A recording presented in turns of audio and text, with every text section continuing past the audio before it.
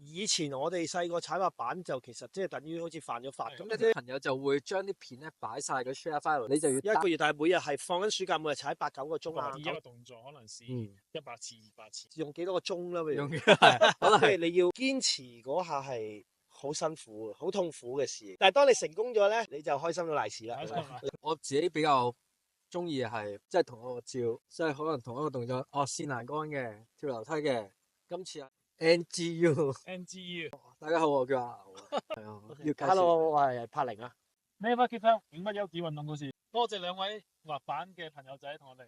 由於我budget嘅問題咧，呢個沙灘度咧進行傾偈嘅。咁今日就為嗰兩位都好正嘅呢度，都好正，好舒服嘅。OK，阿柏，你玩咗滑板幾多年，同埋點解你會接觸滑板嘅咧？2000年開始踩滑板噶啦，即係都24-25年嘅。咁嗰陣時啲朋友仔帶咗塊滑板落嚟球場啊，定唔記得咗玩捉伊人嘅時候有塊滑板，跟住就試咗，跟住就開始玩。咁我都係2000年開始玩，咁都24-25年啦已經。咁我初頭玩板係因為我家姐玩滑板，慢慢就接觸呢個滑板咯。一踩就踩咗咁多年啦，當中有咩係堅持咗咁耐，玩咗咁耐？因為由細到大都係玩開啲比較團體嘅活動咯，譬如踢波啊，踩板係好 personal，好自己個人，即係你玩多玩少都係好自己嘅，即係可以挑戰自己咯，即係又即係唔使同人夾啊，可以隨時隨地。我有時放學就翻屋企落街攞塊板落樓下公園又可以玩得咯，比較隨心啲、隨意啲嘅。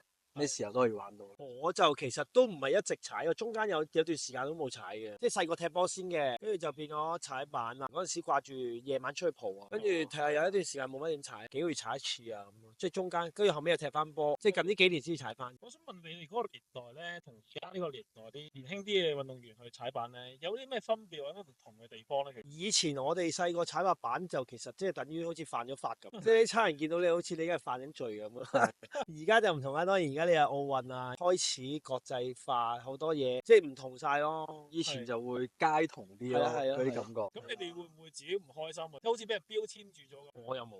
咁我又冇，反而我覺得咁樣係一個覺得自己特別啲添，即係因為唔係咁多人玩，唔係咁多人做啊嘛，就係踩板就係想贏啫嘛，細個就係想贏啫嘛，踩板就係有呢種感覺。學習咧，學習嘅時候應該點樣學習？即係朋友同朋友之間，你可能睇啲大哥哥咁樣，佢哋點樣玩，即係會喺一個分享嘅形式。你試下咁樣上啦。另外一個就睇片咯，但係嗰時睇片就冇而家好似 YouTube 咁樣咁容易去睇到。嗰時係要買錄影帶，同埋 ICQ 啊，ICQ 嗰時有啲 share file，咁有啲朋友就會將啲片咧擺晒個 share file，你就要 download 落嚟。嗰時56K 噶嘛56K係啊，幾個鐘算好啊。嗰時有時候一日一個電話打過嚟就斷線噶啦嘛，有時可能要重新嚟 download。同埋以前嗰啲滑板片咧，即係佢唔係教學嚟嘅，唔係教學，係一啲即係好 top 嘅人拍咗一個錄影帶，唔係教學嚟啊！留意翻，即係基本上睇有啲可能佢係跳緊10級樓梯啊，10幾級樓梯嗰啲，即係你只可以係模仿。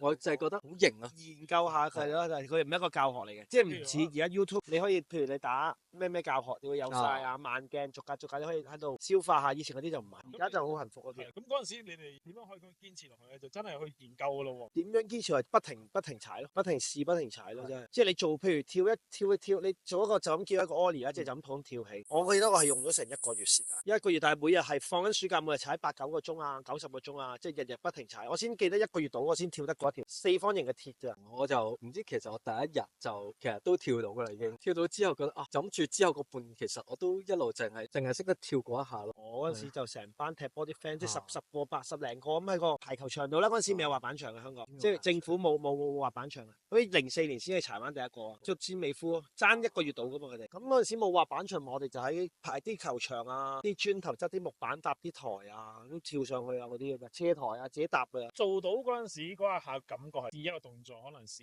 100次、200次，用幾多個鐘啦？用可能係計鐘數。你踩得多都未必一定做到你要做嘅嘢。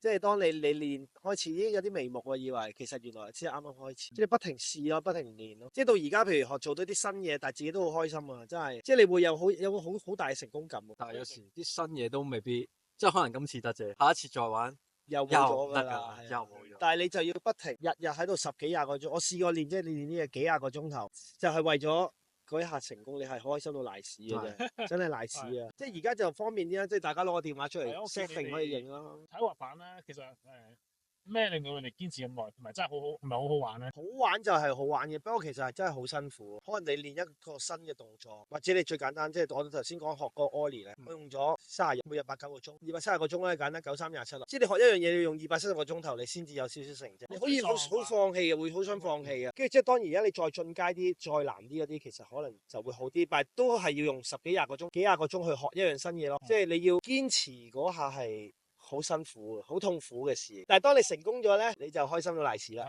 你就賴屎㗎啦。係好玩嘅，好似阿柏咁講咯，都會有啲沮喪嘅時候嘅，同埋有時都好容易放棄。但係唔知最近呢排同佢踩得多啦，之後諗住練啲新 trick 啊，可能 flip out 咁樣啦，一路練啦。咁我有睇到佢嘅，有時我又想練嘅，然之後佢又喺度同我講，我有時練下我就放棄啦，唔玩啦，去玩其他。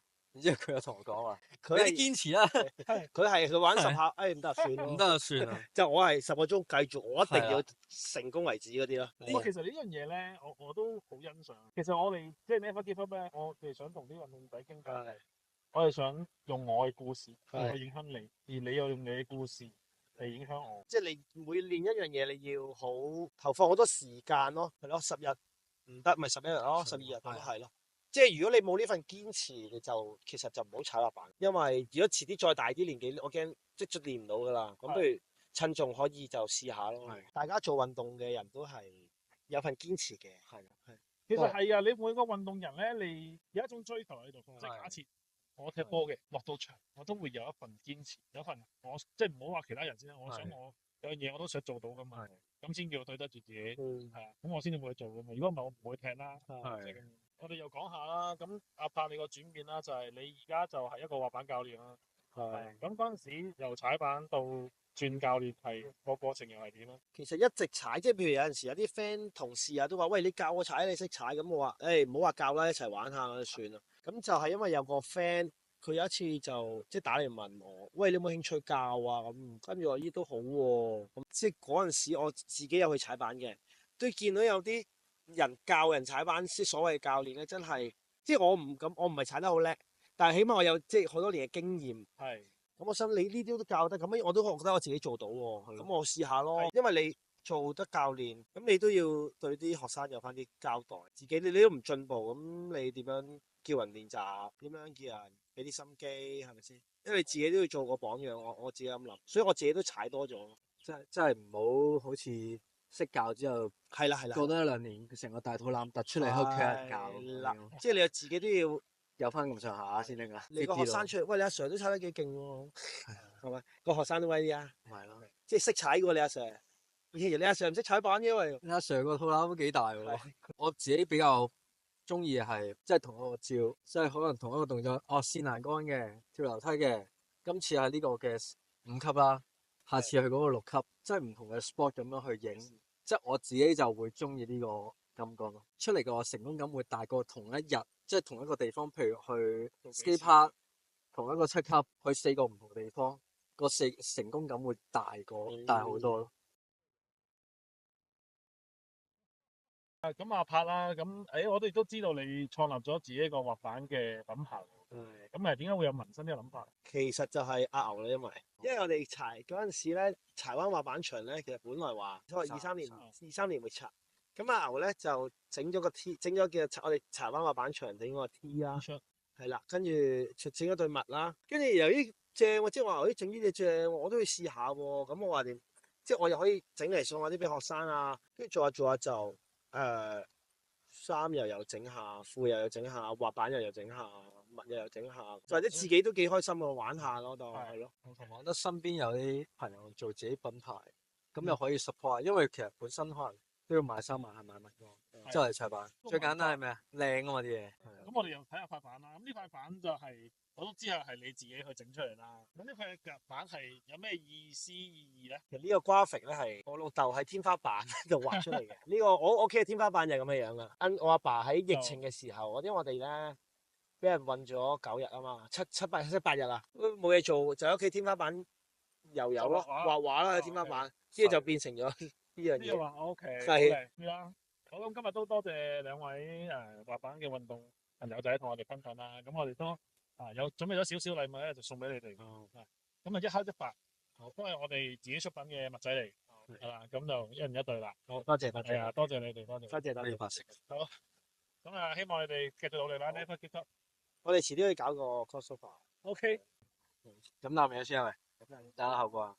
飲啖嘢先。有冇呢忽叫我諗一諗先咯，諗一諗先。呢個講晒呢個可以 cut 噶嘛？我面呢度。色機啊，係好正，好踴躍嘅。呢個講講咩？就窒晒大家都。